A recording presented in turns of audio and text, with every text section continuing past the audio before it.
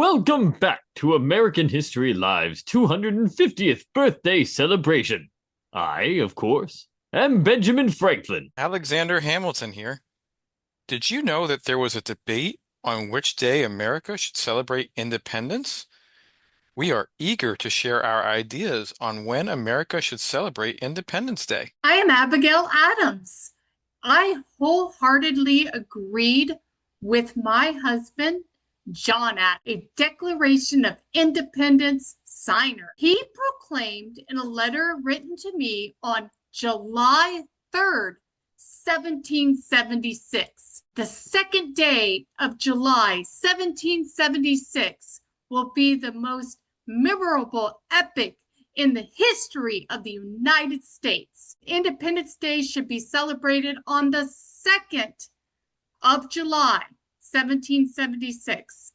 On that day, the Continental Congress voted to declare independence from Great Britain.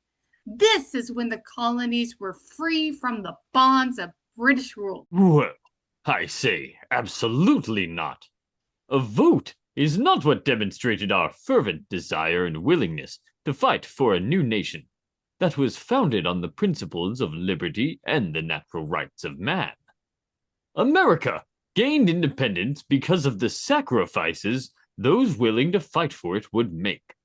Thus, I believe August 2nd, 1776 is the true day of American independence.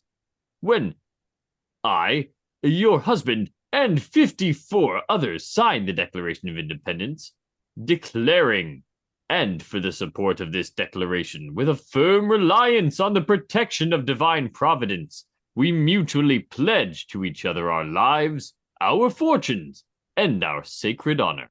If John Adams or you, Mr. Franklin, wanted a different date for American independence, you should have written a different date on the top of the document, as those of us in the colonies discovered our having formally declared independence. We recognize the date that was written on the top of the paper. At the very top, it says in Congress, July 4th, 1776, the unanimous declaration of the 13 United States. Of course, we all recognize that date as the day we were independent. July 4th, 1776 is when the Second Continental Congress voted on the completed Declaration of Independence. By printing with every copy that went out to these original 13 states and went to Britain, this would be forevermore America's Independence Day. But then the question becomes, did the British see America as an independent nation on July 4th, 1776? Of course not. As the over 200,000 Continental soldiers, militiamen, and sailors can attest, the British did not concede American independence. Rather, they fought it. True independence from British rule did not occur until October 19th, 1781, in Yorktown, Virginia.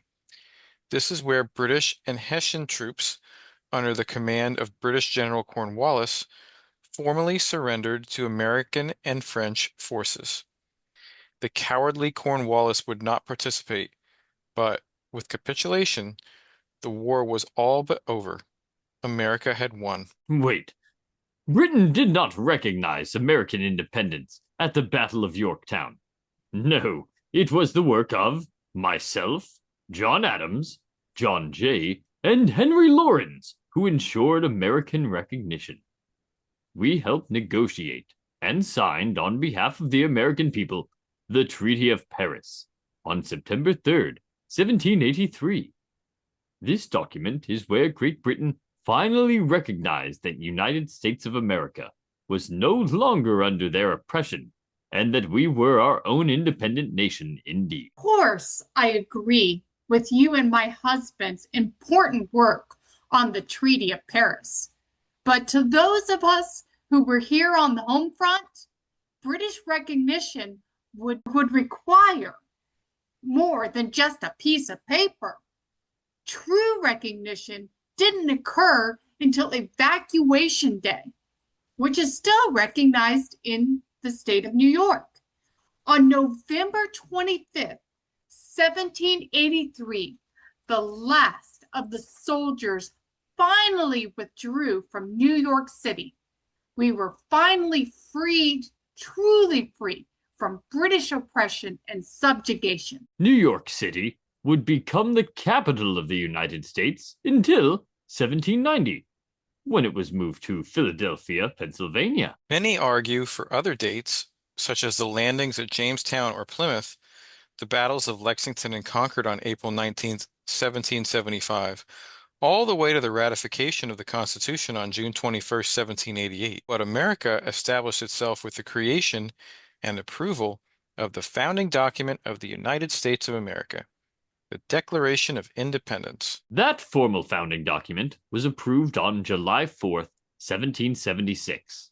I'm proud that my signature is on that document, creating a new nation, founded on the belief, we hold these truths to be self-evident, that all men are created equal, that they are endowed by their Creator with certain unalienable rights, and that among these are life, liberty, and the pursuit of happiness. Even my husband John and myself eventually recognized July 4th. John recognized July 4th in one of his final letters to Thomas Jefferson, the primary writer and fellow signer of the Declaration of Independence in 1826. John stated of the importance of Independence Day, for ourselves, let the annual return of this day forever refresh our recollections of these rights and an undiminished devotion to them. Both president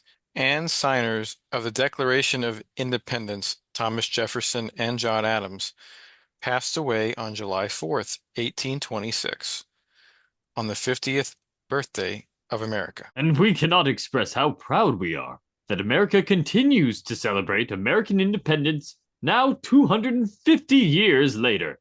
So happy birthday, America. Happy birthday, America! Happy birthday, America.